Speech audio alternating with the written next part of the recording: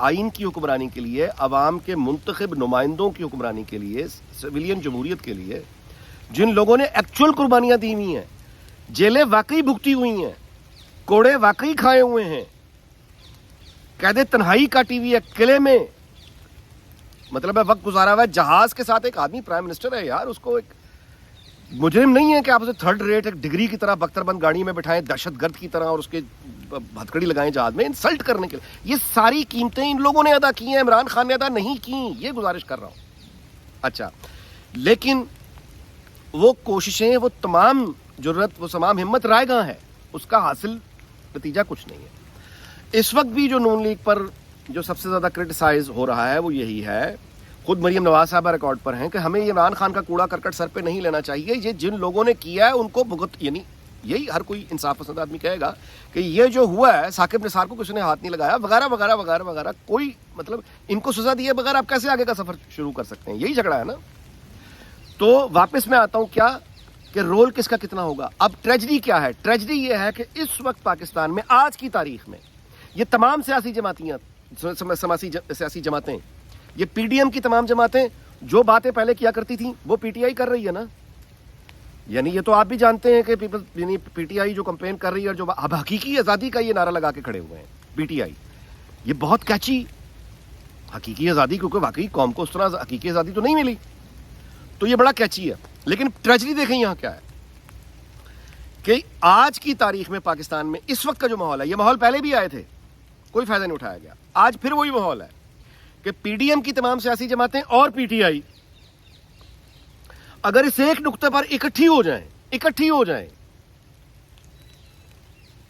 کہ ہم آپس کی لڑائیاں لڑتے رہیں گے, اسٹیبلشمنٹ سے پہلے سارے ہی مل کے یہ طے کریں کہ بھائی آپ بتائیے کہ آپ نے اپنی آئین کے بتائے ہوئے حدود میں رہنا ہے یا نہیں رہنا, پہلے آپ یہ طے کریں. اس ساری سیاسی جماعتیں اندازہ لگائیں نا کہ اس موضوع پر, آئین کی حکمرانی کے موضوع پر, آج نواز شریف, عمران خان, فضل الرحمان اور مولانا یعنی فضل الرحمان اور آصف زرداری اور ادھر سے اسفند اور یہ سارے قابل ذکر جو پارلیمنٹ کے اندر جن کی موجودگی ہے جماعتوں کی, ایم کیو ایم پاکستان سمیت, یا کم از کم بڑی سیاسی قائدین جو مینلی نواز شریف اور عمران خان ہے, آپ اندازہ لگا سکتے ہیں کہ اگر اس وقت انہوں نے ہاتھ میں لا لیا اس بات پر کہ ہماری لڑائیاں تو بعد میں ہوتی رہیں گی, لیکن یہ ہمارے ساتھ بیٹھ کے دن کی روشنی میں طے کرو کہ یہاں آئین یا مطلب حکومت کس کی ہوگی.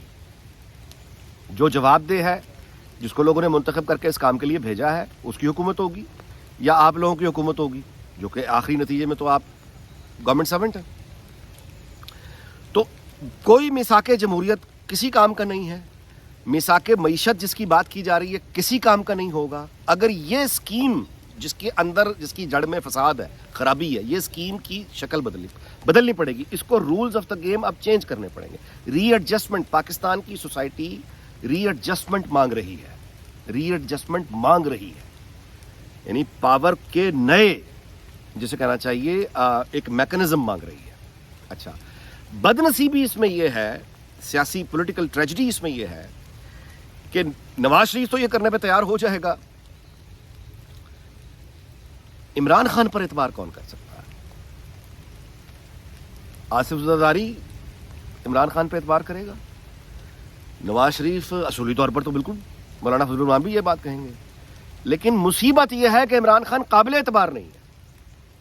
کہ اگر یہ تمام سیاسی جماعتیں مل کر اس ایک مسئلے کا پہلے حل نکالیں, الیکشن ہوتے رہیں گے, سیاست ہوتی رہے گی, تو ہم اس کرائسس سے ہمیشہ کے لیے نکل سکتے ہیں. اور یہ جو کرائسس ہے اس میں خوشحالی صرف قوم کی یا ملک کی نہیں ہے, سرکار کی, اسٹیبلشمنٹ کی, سب کی خیر اس میں ہے.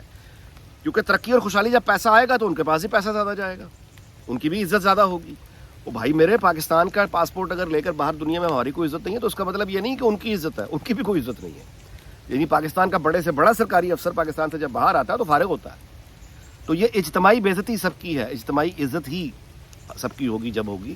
لیکن اس پولیٹیکل ٹریجڈی پر میں آپ سے گزارش کرنا چاہ رہا تھا کہ آپ بد نصیبی دیکھیے کہ اصولی طور پر آج بھی یہ جو پاور شیئرنگ کا جھگڑا ہے, پاکستان کی ساری سیاسی جماعتیں اکٹھی ہو کر اس مسئلے کو حل کر سکتی ہیں, پرامن طریقے سے کر سکتی ہیں, اگر یہ آپس میں ایک ہو جائیں اور اس ایک بات پر طے کریں کہ اسٹیبلشمنٹ کا رول آئین کے مطابق واپس کرنا پڑے گا, آئین کے مطابق کرنا پڑے گا. اگر یہ سب ایک ہو جائیں تو یہ مقصد حاصل آج کیا جا سکتا ہے، اس کا وقت ہے. لیکن بدنصیبی کرائسس آف ٹرسٹ، ہر سیاسی جماعت کو دوسرے سیاسی جماعت سے یہ یعنی آپ کا یہ خوف ہے کہ ہم اگر نکل پڑے تو یہ ہمیں بیچ کر خود ہاتھ ملا لے گا، وہ اگر نکل پڑے تو وہ اس کو بیچ کے ہاتھ ملا لے گا، وہ نکل پڑا تو وہ اس کو بیچ کے ہاتھ نکال لے گا. آپ میری بات سمجھ رہے ہیں؟ تو ان کی آپس کا عدم اعتماد، اور جو کہ جینون ہے، میں یہ نہیں کہہ رہا کہ وہ وہم پر ہے، بالکل جینون ہے، ٹھوس مثالیں موجود ہیں. عمران خان پر آپ اعتبار نہیں کر سکتے،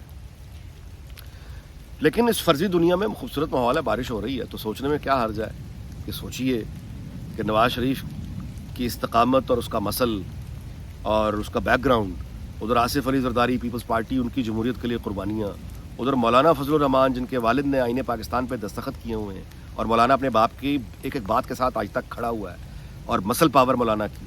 اور اس کے بعد پی ٹی آئی کی سوشل میڈیا ٹیم اور وہ جو ایک کریز ہے ایک طبقے میں پی ٹی آئی کا، یہ ساری فورسز اگر اکٹھی ہوں آن ون پوائنٹ ایجنڈا کہ ہمیں آئین کی بحالی چاہیے، اور اسٹیبلشمنٹ کے ساتھ آپ ایک میثاق کریں جو ایکچوئل پاکستان، میثاق پاکستان، کہ یہ ہم نے آئین پر چلنا ہے. بے شک اس کی مدت طے کر لیں کہ جی 20 سال تک آپ نے ہاتھ نہیں لگانا. ہاں 20 سال کے بعد بھی اگر آپ دیکھیں کہ پھر آپ جو مرضی کریں، مطلب کوئی اس طرح کا معاملہ انڈرسٹینڈنگ ہو سکتی ہے، ہوگی نہیں. اس کی وجہ پھر وہی ہے کہ آپس کا عدم اعتماد، آپس کا اعتماد کا فقدان، اور اس کا نتیجہ کیا ہے؟ یہ سب آتے جائیں گے، جاتے جائیں گے، کبھی جیتیں گے، کبھی ہاریں گے. مستقل ونر وہی ہے اسٹیبلشمنٹ، مستقل ونر جو ان کے ساتھ کبھی اس کو اٹھایا ادھر، کبھی اس کو اٹھایا ادھر، کبھی اس کو اٹھایا ادھر، کبھی اس کو اٹھایا ادھر. اور اس کا مطلب ظاہر ہے کہ جو ترقی حیرت انگیز آج تک حاصل ہم کر پائے ہیں، یہی حیرت انگیز ترقیاں بھائی جناب قیامت تک. اس کی وجہ یہ ہے کہ یہ فارمولہ ناکام فارمولہ ہے. اس بات پر ویلاگ ختم کرتے ہیں، اگلے ویلاگ میں ملاقات ہوگی. اپنا بہت بہت خیال رکھیے گا. اللہ تعالیٰ پاکستان کو، اس کے تمام ہمسایوں کو، دنیا بھر کو شاد اور آباد رکھے. اپنا خیال رکھیے گا. اللہ حافظ.